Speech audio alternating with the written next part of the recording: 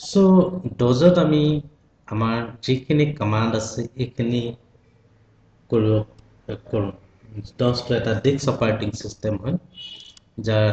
য'ত আমি আমাৰ নিজৰ কম্পিউটাৰক কমান্ড দি কেনে কামখিনি কৰিব পাৰোঁ ডজটো এটা CUI বেসড অপাৰেটিং সিস্টেম হয় আৰু CUI বেসড অপাৰেটিং সিস্টেম হোৱাৰ কাৰণে প্ৰতিটো কাম আমি যিটো ইয়াত কৰোঁ এটা এটা কমান্ড ইনপুট কৰি কৰিব লাগে ডজটো কৰিবৰ কাৰণে আমি ষ্টাৰ্ট অল প্ৰগ্ৰাম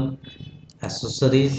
ইয়াত গৈ কমান্ড প্ৰম্পট ইয়াক আমি ৰান এজ এডমিনিষ্ট্ৰেটৰ কৰি দিলোঁ তো ইয়াক আমি C ড্ৰাইভলৈ যেতিয়া আমি আহিব লাগে আমি এতিয়া ভিতৰত সোমাই আছো এটাৰ আমি CD ডট ডট মাৰিও আহিব পাৰোঁ CD ব্যাকস্ল্যাশ মাৰি আমি C ড্ৰাইভলৈ আহিব ড্ৰাইভটো চেঞ্জ কৰিম তো D কলন দি কেনে আমি D ড্ৰাইভলৈ আহি যাব পাৰোঁ আকৌ C ড্ৰাইভলৈ যাবলৈ C কলন মাৰিছো তাত আহি গৈছে তো এনেকৈ আমি ড্ৰাইভ লেটাৰ্ছবোৰ চেঞ্জ কৰিব পাৰোঁ ইয়াত আমি এতিয়া যদি চাব বিচাৰোঁ যে আমাৰ ইয়াত ডেট কি হৈ আছে এনেকৈ ডেট লিখি এণ্টাৰ মাৰিলোঁ তো ৰিচেণ্টলি যিটো কম্পিউটাৰত ডেট আছে সেইটো মোক দেখুৱাই দিব যদি মই চেঞ্জ কৰিব বিচাৰোঁ তো ইয়াত দিয়া ফৰ্মেটৰ হিচাপেই মই দিম আদাৰৱাইজ মই যিটো ডেট লাগে মই ইয়াত দি দিব পাৰোঁ ইয়াত DDMMYY দিয়া আছে DD means date MM means মাহ যদি আমি ইয়াত এইটো কওঁ যে ডেট আজি 12 তাৰিখ হৈ গ'ল মাহটো বোলে 2 মাহ হৈ আছে 2024 এতিয়া ইয়াত চোৱা ডেটটো কম্পিউটাৰত চেঞ্জ হৈ গৈছে ইয়াত 12 তাৰিখ আহি গ'ল আৰু ইয়াতো যদি মই আকৌ ডেট মাৰি চাওঁ চোৱা যদি মই আকৌ চেঞ্জ কৰিব বিচাৰোঁ 02022024 এণ্টাৰ কৰিম এতিয়া যদি ইয়াত মই ডেট লিখি চাওঁ চোৱা চেঞ্জ হৈ গ'ল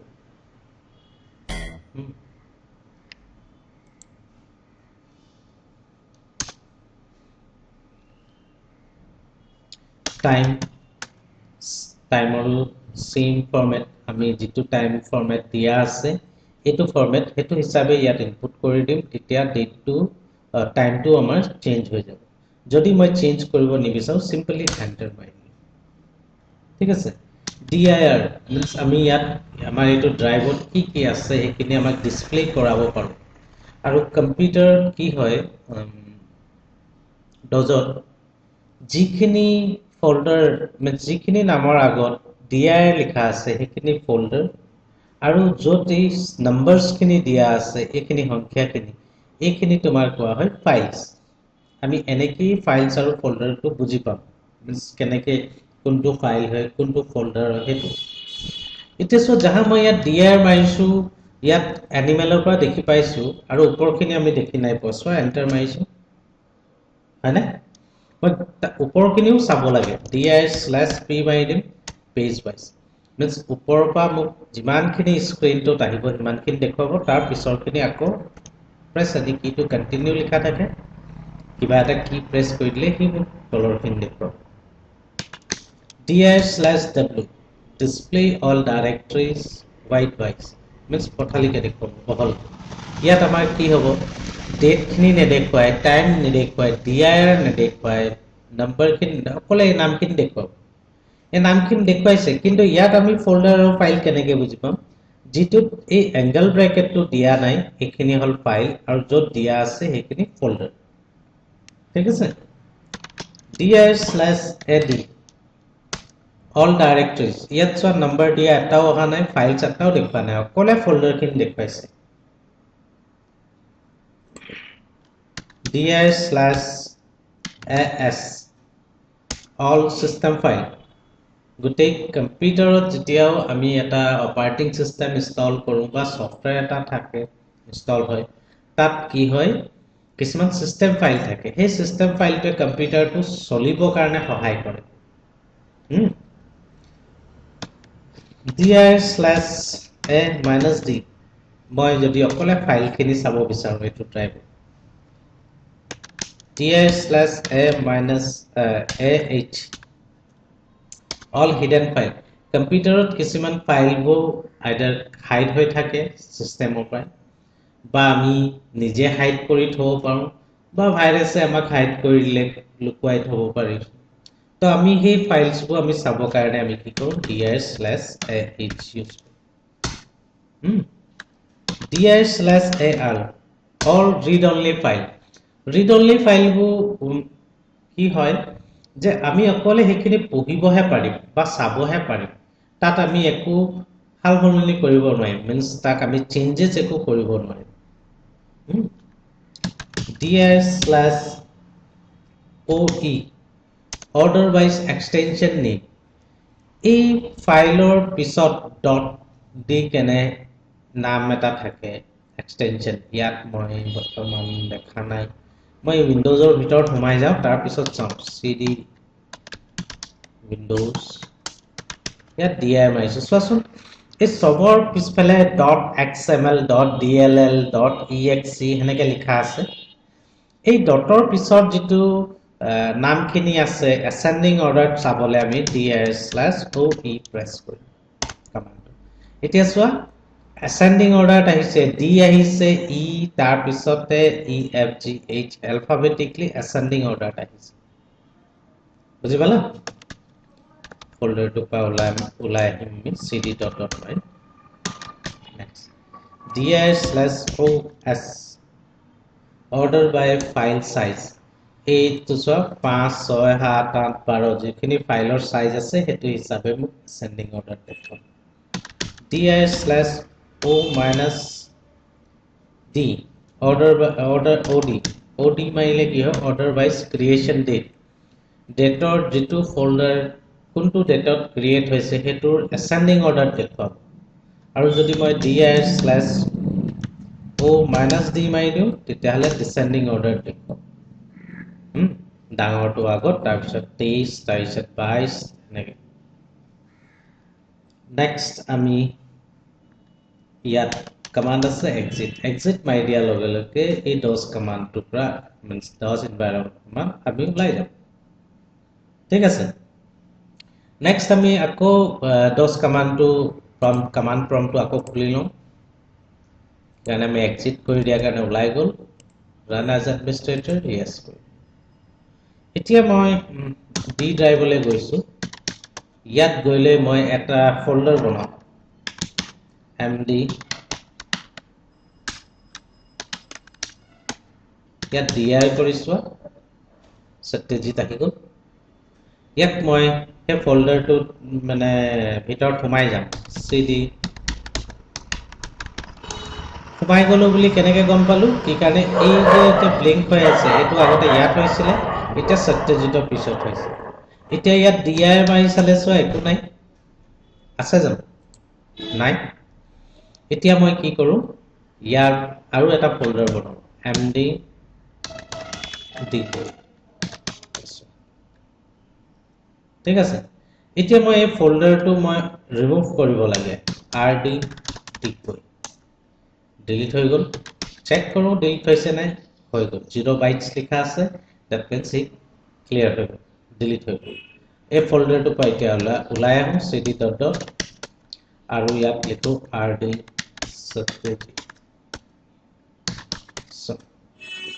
সত্যজিত ফোল্ডাৰটো এতিয়া বনাইছিলো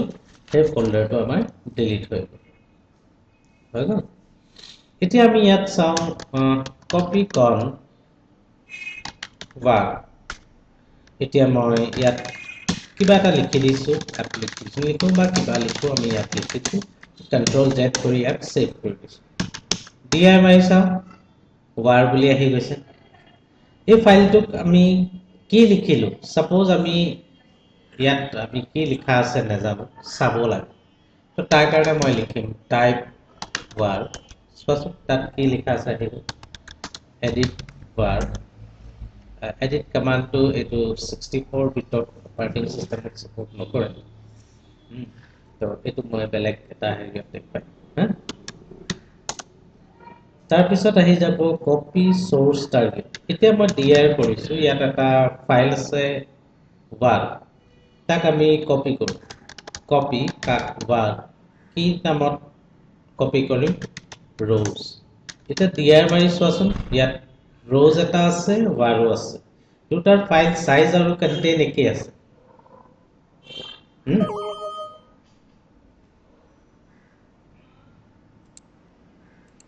সাইজৰো হেৰি একে আছে কিন্তু ইয়াক আমি ফাইলটা কপি হৈ গ'ল এতিয়া আমি কি কৰো এটা ফোল্ডাৰ বনাও ইয়াত md সত্যজিৎ এতিয়া মই এইটো বিচাৰো যে আমাৰ যেটো আৰু এটা ফোল্ডাৰ বনাই নো সত্যজিৎ md ডিগবৈ এতিয়া মই এইটো ক'ব বিচাৰিছো যে সত্যজিৎ যেটো ফোল্ডাৰ আছে তাক মই যেটো ডিগবৈ নাম বনাইছো তাৰ ভিতৰত ভৰাই দিব বিচাৰিছো কপি কৰিব বিচাৰিছো তাৰ কাৰণে মই লিখিম x copy /s কাট সত্যজিৎক ক'ত দিম D ড্ৰাইভৰে যেটো ডিগবৈ যেটো ফোল্ডাৰ আছে তাৰ ভিতৰত সত্যজিৎ বুলি তো ইয়াক মই এন্টাৰ প্ৰেছ কৰাৰ লগে লগে আমাক খুদিব আমি যে তাক লৈ যাব বিচাৰিছো সেইটো ফাইল হয় না ফোল্ডাৰ হয় তো অবিয়াসলি ফোল্ডাৰ হয় তো মই ডি টো প্ৰেছ কৰি দিয়া লগে লগে এতিয়া আমি চেক কৰো cd ডিগবৈ ইয়াত dir মাৰি চাইছো সব সত্যজিৎ আহি গ'ল এই কমা এতিয়া মই সত্যজিৎক যদি ৰিমুভ কৰিব বিচাৰিছো তেতিয়া হলে মই কি কৰিম rd সত্যজিৎ cd dot ওলাই যদি মই var যেটো লিখা আছে হে ফাইলটো ডিলিট কৰিব বিচাৰো মই লিখিম del আৰু সেই ফাইল নেমটো just for here হেতু নাই তাৰ পিছত আমি কমান্ড চাও attributes এতিয়া যেনেকৈ কি ইয়াত ডিগবৈটো আমি দেখি আছো তাক মই ইয়াত নাইকিয়া কৰিব লাগে মিন্স হাইড কৰিব লাগে attrib plus h কাক ডিগবৈ এতিয়া dir মাইছো ইয়াত ডিগবৈ দেখি পাইছা নাই dir/ah যেটো আমি আগত কমান্ডটো চাইছিলো অল হিডেন ফাইল চাবৰ কাৰণে এন্টাৰ মাৰিছো ইয়াত ডিগবৈটো ওলাই যায় ইয়াক ইয়াৰ পৰা নৰমালি চাবৰ কাৰণে attrib -h ডিগবৈ এন্টাৰ কৰিলো এতিয়া dir মাৰাৰ লগে লগে ইয়াতো শো কৰিব ঠিক আছে শৰ্ট এতিয়া অকমান আমি হেৰি কৰো ফাইলটা বনাও কপি কম std আৰু ইয়াত মই কিছুমান নাম লিখো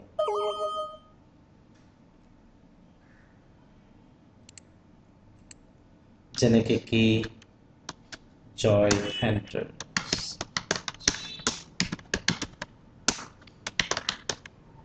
এনেকৈ নাম 10টা মান লিখি দিছো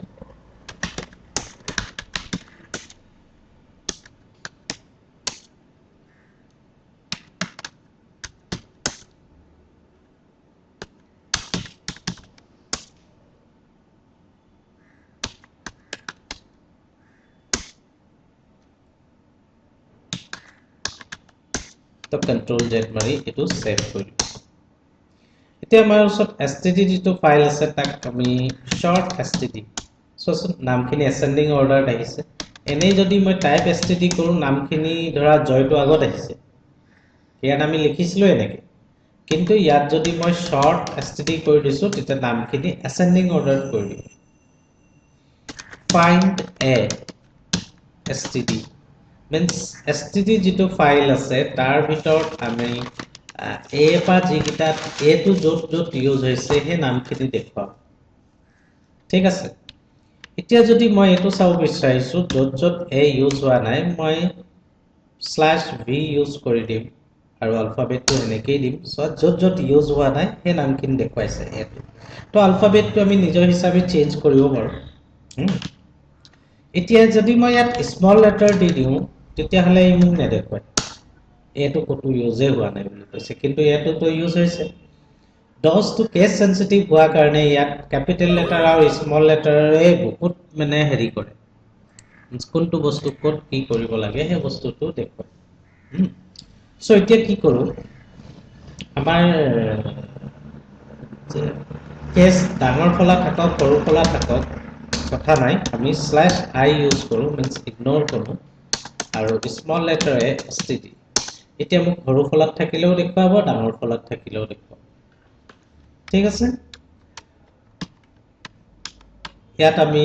কাউন্ট কৰোঁ টোটাল c কেটা ইউজ হৈছে 5টা আৰু কোনটো নম্বৰ লাইনত ইউজ হৈছে n টো ইউজ কৰিলে আমি হেতু ইয়াত আহি গৈছে ঠিক আছে তাৰ পিছত আমি dir কৰোঁ ইয়াত আমি দুটা ফাইল আছে আমাৰ ওচৰত লাইক rows আছে আৰু std আছে তো আমি কি কৰোঁ type rows double greater than আমি লিখো std এন্টাৰ মাৰা লগে লগে আমি চাব পাৰো টাইপ std ইয়াত এখিনি লগ লাগিব std তে এখিনিহে আছিল ৰজৰ এখিনটো নাছিল কিন্তু ৰজৰ এখিনিও আহি ইয়াত এড হৈ গৈছে তাৰ পিছতে আমি টাইপ rows চাও rows টো একেভাগে আছে তাৰ পিছতে আমি যেনেকৈ নাম চেঞ্জ কৰিব পাৰো যেনেকৈ এতিয়া rows আছে rowsৰ ঠাইত আমি লিলি দিব বিচাৰিছো ইয়াত তো আমি ইয়াত লিখো ran rows lily তো ইয়াত rows নাইকিয়া হৈ গ'ল rowsৰ ঠাইত lily আহি গ'ল ঠিক আছে তাৰ পিছত আমি কমান্ড আছে যেনেকৈ f3 কমান্ড আছে প্ৰিভিয়াস কমান্ডটো ইয়াত আহি যায় f3 প্ৰেছ কৰিলে তাৰ পিছত f7 কমান্ডৰ লিষ্ট আছে ইয়াৰ পৰা জিটো কমান্ড আমাক লাগে যেনেকৈ 43